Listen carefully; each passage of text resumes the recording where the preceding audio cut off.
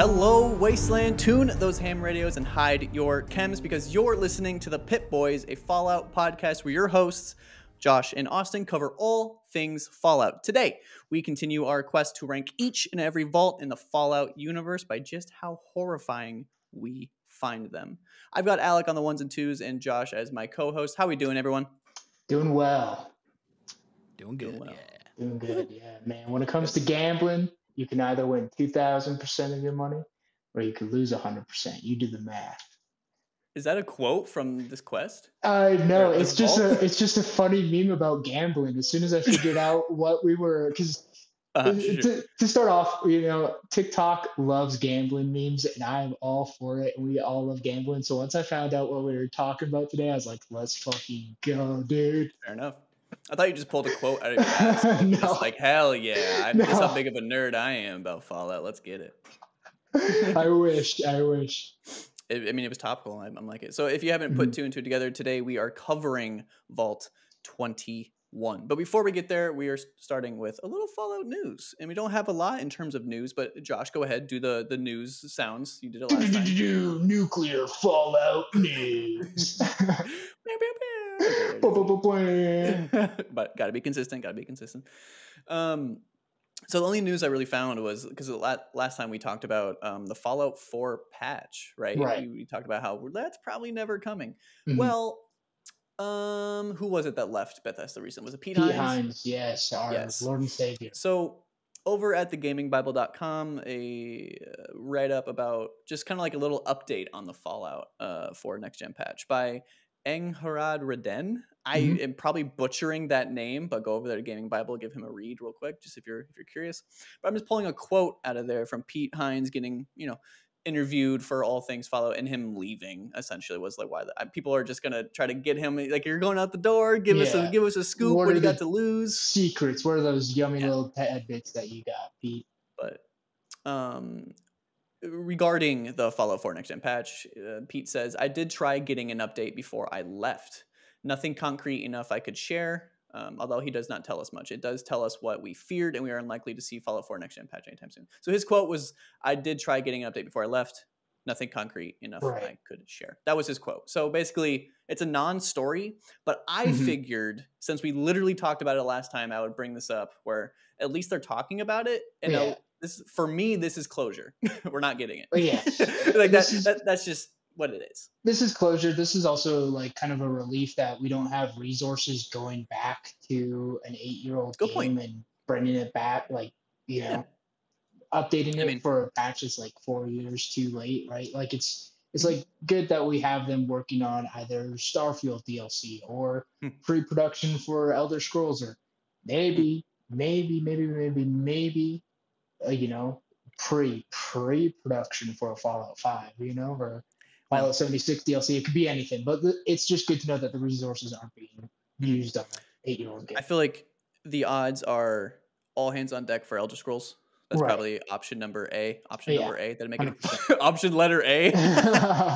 Option number A. Got it. And then B would be, if it was Fallout related, it would probably be still for Fallout 76 because that's still like their flagship Fallout title as of right now. Exactly. Or I feel like option C would be the little rumored Fallout remasters or remakes that we kind of heard in the rumor mill before. So those I feel like we'll get those before we even get a patch, and by that point, it's not worth it. Yeah, exactly. Like, if it was down the line and this was like a PS6, Xbox Series XY fucking patch for next Pokemon gen. Z. Yeah, exactly. If this was like a 15 years later remaster for next gen, in like 2028, I'd be fine with that, but not right now, not for this gen. Mm-hmm. And even with you saying that, like I totally agree with it. At that point, it would be for a very small audience, and they would know that, so they would have a few people working on it, nothing crazy. They'd be like, just do what you can, touch it up here and there, make sure we're still, firing on all cylinders for our mechanics and all that, and then ship that out there, so for free, of course. Mm-hmm. Okay, so that's our one news story. Like I said, kind of a non-story. I think you and I discussed briefly going forward. There might be episodes where we don't have news, but I felt 100%. It was poignant to talk about it just simply because we talked about it last week. Yeah. So get some closure. on the nuclear fallout news. Exactly. So now, before we get to Vault 21, we're going to do a little bit of icebreaker questions. And the one I have on the dock for today is favorite companions.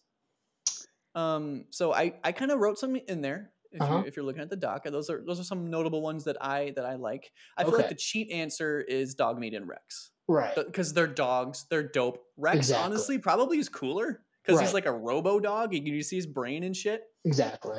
Okay, but yeah, Rex and Dogmeat are probably my favorites. But do you remember Boone?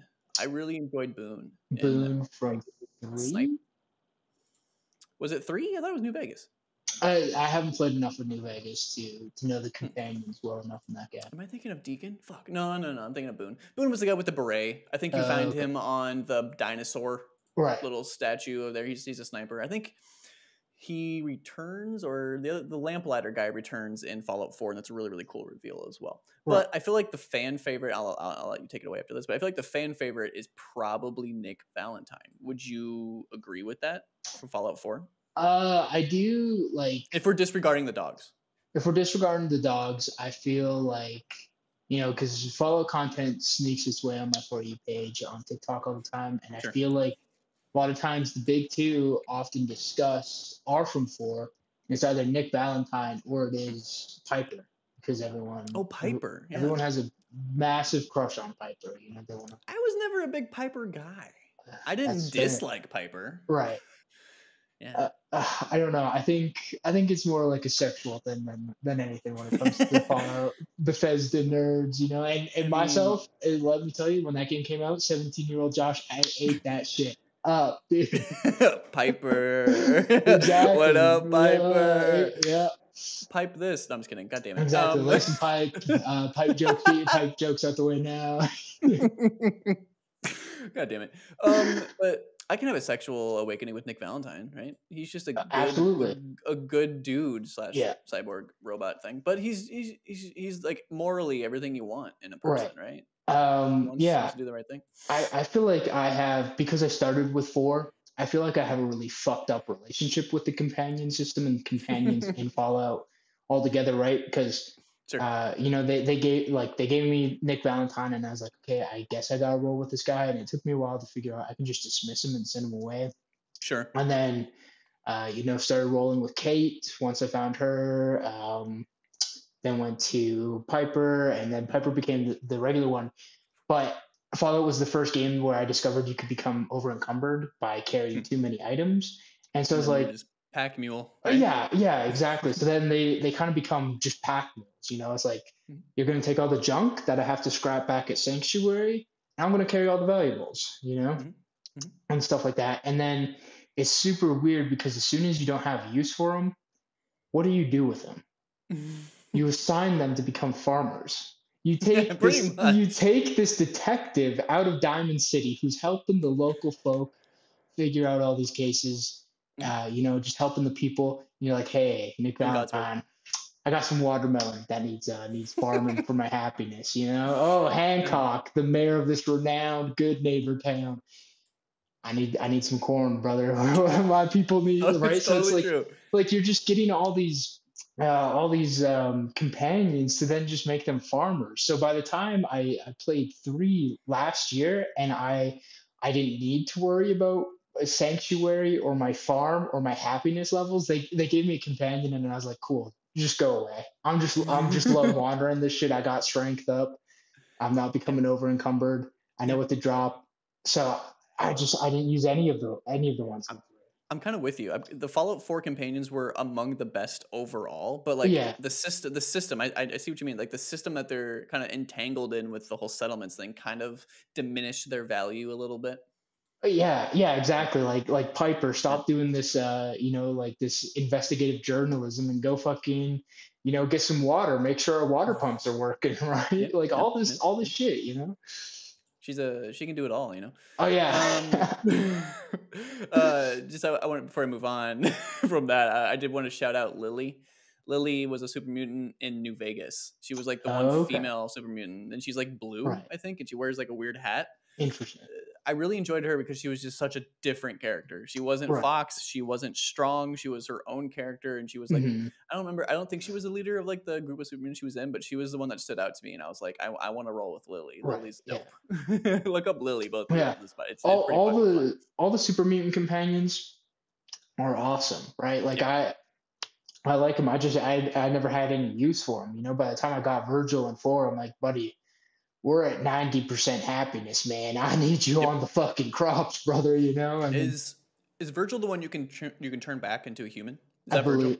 Yes, I believe so. Right, because he's from the Institute, and then he becomes a super mutant, and he's off in the glowing sea, right? And then they gave me Fox in 3, and I was like, in 3, this is cool. And I used them for about an hour, and I was like, I kind of don't want you judging my moral decisions here, dude. Like, just go back to Megaton.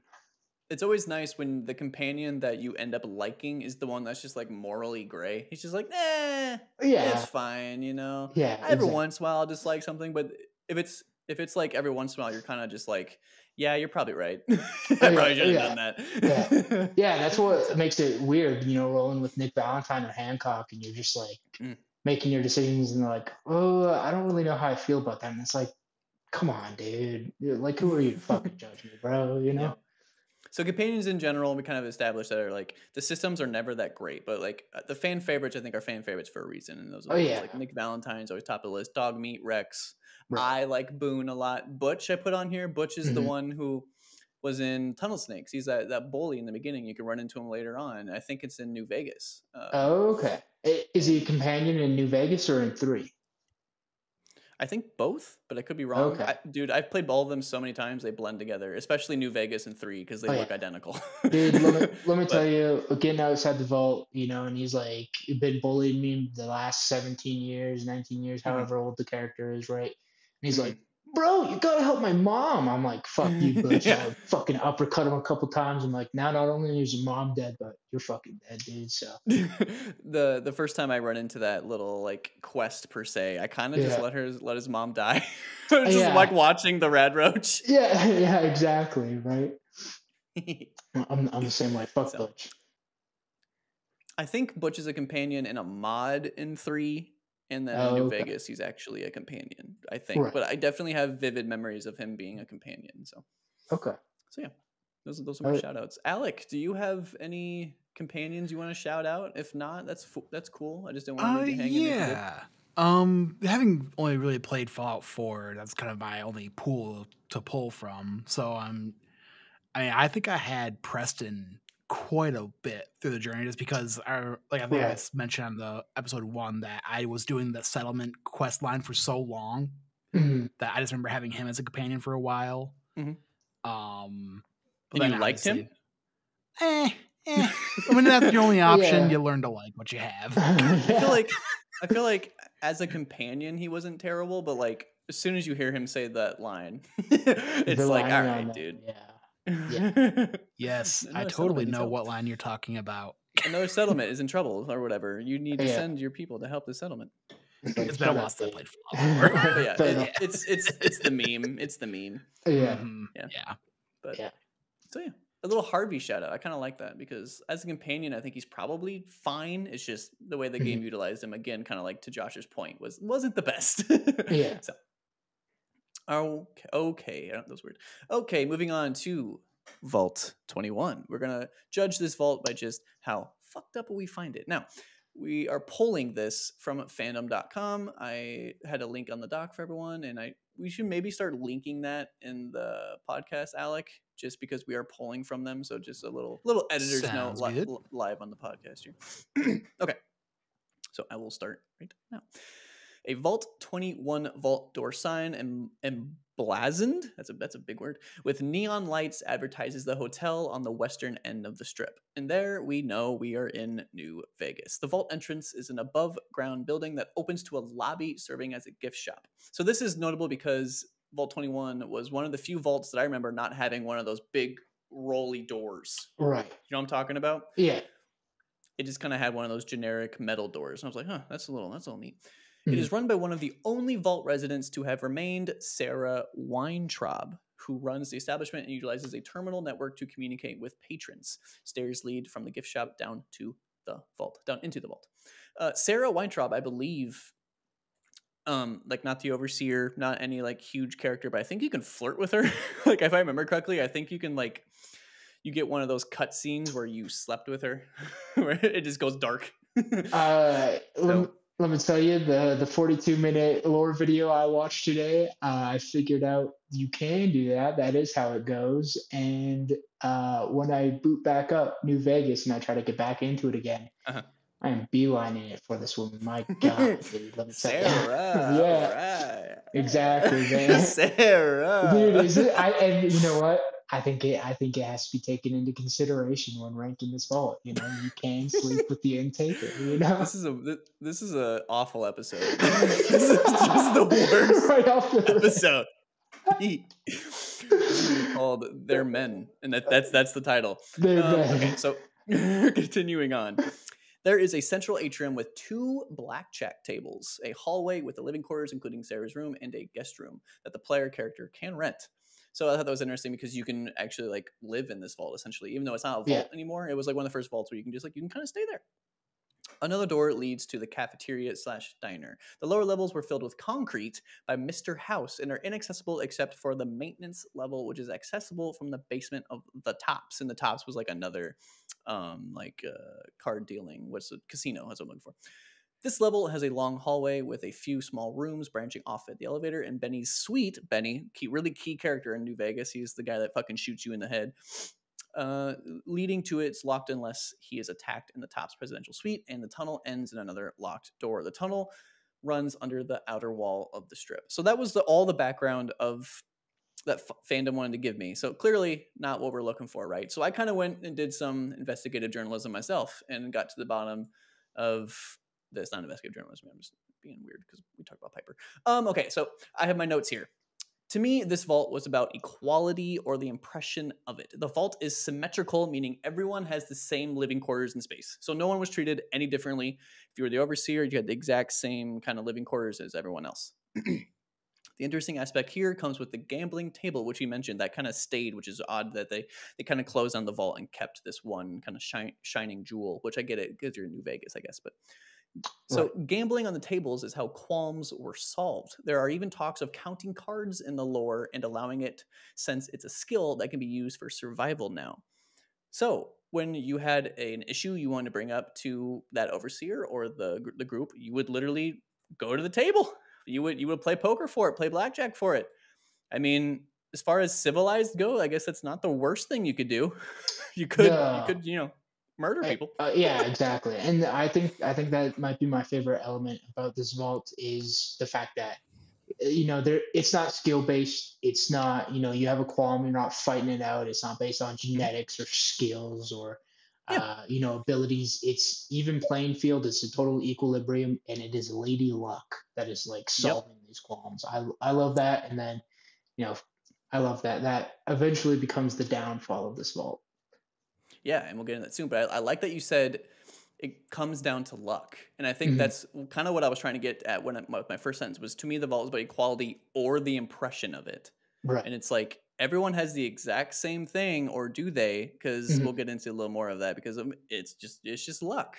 Wink. And then we'll get into that. With this vault still standing due to Mr. House in New Vegas, 200 years pass and he contacts them with something to gain. So New Vegas is only still kicking because of Mr. House, because he somehow, I don't know if they actually get into this, but somehow he predicted the bombs coming. So he built defenses to shoot down the nuclear bombs essentially and protect his town, but pretty much himself. So even though he's kind of a piece of shit, and we'll learn more about that later, the only reason New Vegas exists is because he had a vision. And he just saw this happening, and he was someone with money and the wherewithal to like attempt to do something about it. So, and he's still alive 200 years later. We'll get into that later as well. House returned after his coma and wanted Vault 21 and its inhabitants to join them. Most refused, but they took their dispute to the tables. Team House won, and the door was opened for the first time. Now, Josh, I'm going to ask you, do you think Team House won fair and square? No, No. the video I watched, they hinted that it wasn't fair, and then they're like, "We're Mhm. gonna cover House in a different video," and I was like, I spent 42 minutes, man. I'm not watching another You video. son of a bitch! You smart Exactly. All YouTuber. right, but I was like, the chance that Team House clears the table on every single level of this vault, and I don't know Mhm. what the original level count is. It could be, what is it, 5 levels? I don't know, but like I don't remember. they play on every single level has this table, Yep. this blackjack table, and Team House clears every single level. Yep. Like, goddamn, you'd have to be a lucky son of a bitch to do that, Uh-huh. right? And I think it's more than just luck at play. Totally agree. Well, So, go ahead. the video I did watch on the vault said that counting cards wasn't necessarily or cheating in this, but it was Mhm. frowned upon. Yep. So they never would like call you out, but they're like, hey, maybe don't do that, or there might be a riot, kind of a deal. But I guess at this point they hit it. But in the lore, from what I understood, there was one kind of genuine duel. Like there was two honorable people who duked it out fair and square, and it went for hours. This competition between them, like a real actual blackjack game where you're bluffing your way through it. But Right. Team House still won, ended up winning that bout. Vault 21 inhabitants help start New Vegas and fill Mr. House's pockets with power since they love to gamble. Soon after, the vault is filled with concrete and turned into a hotel. It is believed that he filled the vault with concrete because he was pretty much scared of the infrastructure that the vault could kind of be used against him. That was essentially what I kind of gained from that. So he wanted to fill it with concrete. So like he took everything that he could from the vault that would be beneficial for his cause, and then he knocked that shit down. Except for when, I don't remember if it was Sarah Weintraub or someone else that was like, no, you got to keep it, like, please, like the people who don't want to leave the vault, they need a place to live, and that was the plan, that they could live there. I think like on it's like the upper level kind of a deal. Sarah and her brother are kind of like disputing it. Those two are the like only two to really stand against them. Mm-hmm. Yeah, even though they lost, they were like we'll get into it, but like some people just didn't adapt well to New Vegas because they were locked away for so long. So like that makes total sense. So I know what you're talking about. So not all followed House, though. A notable Vault 21 inhabitant who fled is Doc Mitchell, who is the introduction character of Fallout New Vegas, the guy who literally like patches you up from getting shot in the head. That's Doc Mitchell. He came from Vault 21. He left, came back for his sweetheart, traveled together after that, leaving New Vegas again, but she ended up passing away due to poor like immuno health, because if you're locked away, not having to deal with germs and bacteria, soon you get released into this nuclear just destruction. You're probably not going to last very long. Yeah, and that's exactly what we were just hinting at. Not all inhabitants were capable of making it out the vault safe when kind of forced out, and she definitely didn't make it. And she, like you said, she was forced out. Like there was no getting around it. She had to leave. So, and there were some people who like her was an for her. I don't have her name, but she was a immunocompromised kind of a deal where some people just like mentally couldn't handle it, which again makes sense because if you're locked away for so long, like you're not going to do well with loads and loads and loads and loads of people. Right.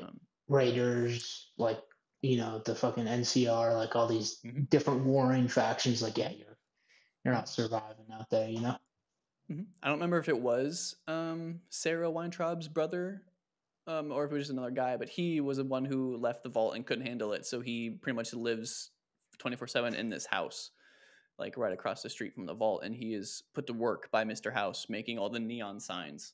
Right. That's what he does. And he's just locked away there because he's too afraid to leave. Interesting. So.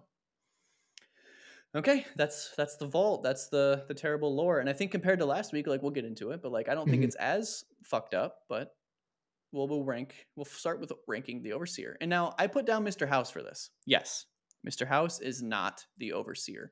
However, in the lore, it doesn't really mention an Overseer. And I feel like in terms of what we are ranking the antagonist to the vault. So we're just kind of titling it the Overseer ranking. Does that make sense to you? Yes, I agree. Okay. Like, although, Sarah's the only one you interact with, right? You know, and she, the one element we didn't touch on with Sarah though is that if you have like your leather skill up or whatever, your like suit modification skills, you can start to bring her back suits, right? They have a whole gift shop system there where they're selling old timey pre-war stuff, and the one valuable thing that they're out of um, is Fallout suits, like vault suits, right? And so you can bring back different kind of suits and modify them to for her and sell them. I think it's 30. I think you need 30 suits to get the romance option with her, or if you have a certain speech skill, it only requires like 3. I think, but I thought that, yeah, right. Big difference. Yeah, but I thought that was interesting because that's so similar to the Nuka Cola quest from Fallout 3, right? Where you have to bring that woman 30 bottles of Nuka Cola for her gift shop, museum, right? And all the Nuka. Very similar character Nuka model, Quantum, I think. right? Yeah, exactly. Like a blonde woman too, exactly, right? Yeah. So I do like that element that there is a quest baked into the main person you talk to, and then if you pass your speak checks and you get all the suits, you know, get a little her in a little skimpy little night outfit and can romance her, right? And then you have a permanent spot there, and you can keep coming back. And anytime you go to bed, you get this or have dialogue with her. You can get the same options for all you horny Fallout fans out there. You know? That's all of us. Oh yeah. Exactly. But yeah, like that's a good point. The in-game with that word, the in-game use of it in New Vegas was interesting, and like the one you did interact with, like yes, you could maybe say like she was the remnant or the overseer, but like in terms of how we're ranking it, I feel like Mr. House makes more sense. Mr. House does make sense, and you know, last episode we talked about an evil German scientist. Sure. Now, what is almost as evil as a German scientist? Right here, a landlord.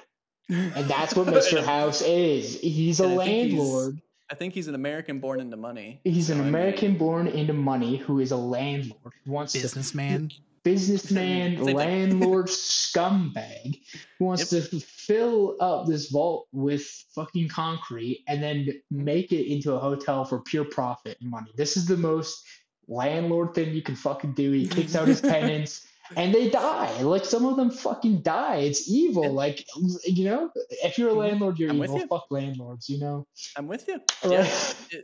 The world ended. I mean, to him, it's a little different because he like predicted, but the world ended and he decided, I'm going to still be a landlord. Yeah, dude. This is what I do. Yeah. I mean, like, you can do anything now that there's no governments, there's no systems in play, right? It's almost like a fucking reset button for all of society, and you're still a landlord.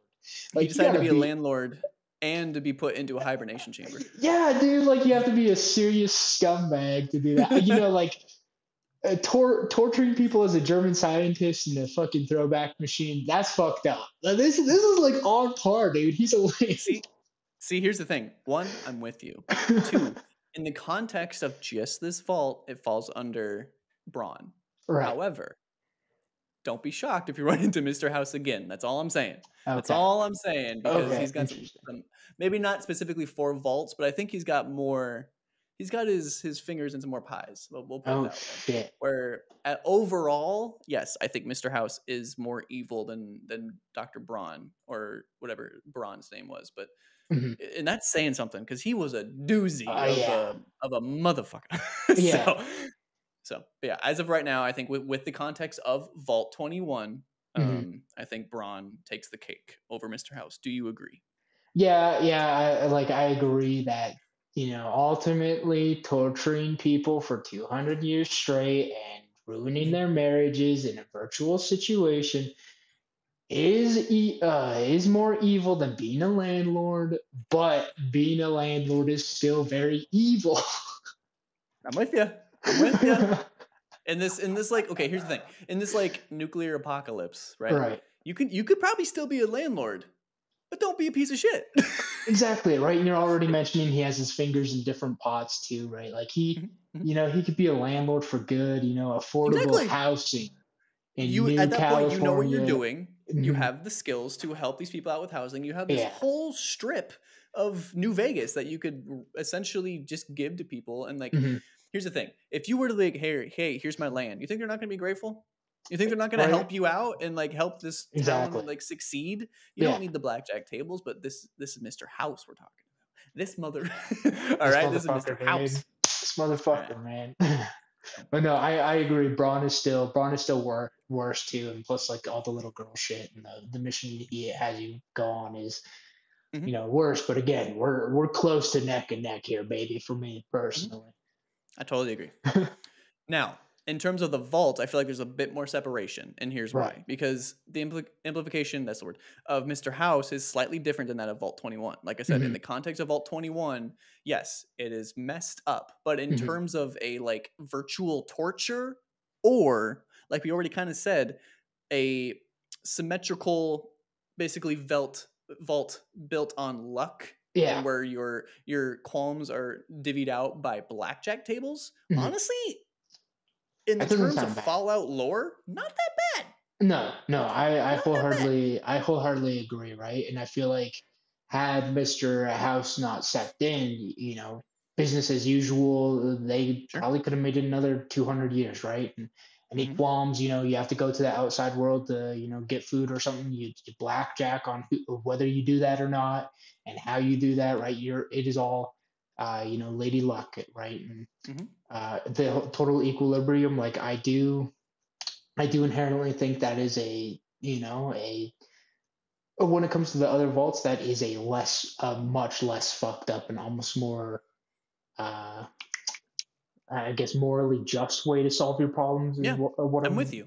What I'm getting at, I'm with you. I agree. I'm with you. I think also these vaults are probably, at least in my mind, built in a rush.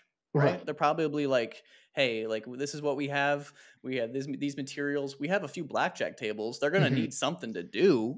Yeah, you know what I mean. And then that's kind of how that gets thrown in there. And now, of course, you have the whole Vault Tech having their experiments. So maybe they're like, hey, I had an idea for an experiment. Let's do this one. Again, that person's a piece of shit. I'm not saying that person isn't a piece of shit. I'm just saying, sometimes that could just be how the blocks fall. Exactly. Right. And, we have such like a negative connotation to gambling, right? Because, we know the stories of the people who lose everything, lose the house, right? All that stuff. Right. And so we have like an inherently, a negative view of it, right? Or we think it might be morally wrong. But when you look back at it and how it's like implemented in the structure of this vault in this society, and the total equilibrium is like, you know what, this is kind of like an okay, like it's of course no democracy where votes are being cast and people are able to voice their opinions, but it is still like a decent way to structure yourself and operate a lot better than a fucking VR torture chamber, for sure. Exactly. Right. Exactly. And it's like, and you could probably live your life being like qualm free and not have to even gamble if you didn't want to, right? You could just live your life normally, right? Come up with some fair trades and stuff like that. Any qualm you can probably back down from, right? You don't have to be using this gambling system if you don't want to, I feel. So not a totally fucked up, terrible way to live. You know? I'm with you. I don't think there's ever been another podcast where the term qualm has been said so much. I thought that was. So I just want to take one point before we close out. You said like this isn't exactly a democracy, blah blah blah. Like it could have been. Like they didn't have to use these blackjack tables. For the record, like no one's forcing them to do that. And you say like, hey, it's a better way. I agree. It's a better way than like rioting and getting into heated arguments. But also, maybe this just benefits the people that happen to be good at blackjack. Maybe they essentially run this vault now because they happen to be good at the one thing that is deemed like a survival skill in this vault. So then again, that's like, how is that any different than a democracy? Sometimes people just have pull, and for whatever dark reason that they have it, like it kind of does seem like the kind of same concept where it's like it's all rigged kind of a deal. You know what I mean? So I feel like it's no different than reality, honestly, which is kind of fucked up. They want to give you they want to paint the picture that everyone has it exactly the same. That's not true.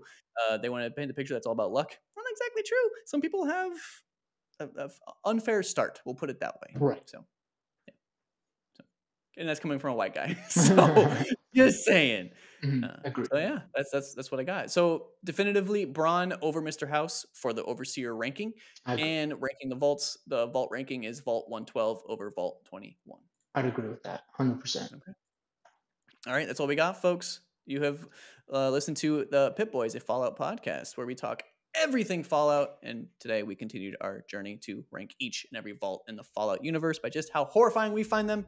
Thank you for watching. Check out other stuff over at Shared Screens, on TikTok, I almost said on Discord. Nope, no, we haven't. On YouTube, give us a subscribe over there, and thank you for watching. Goodbye.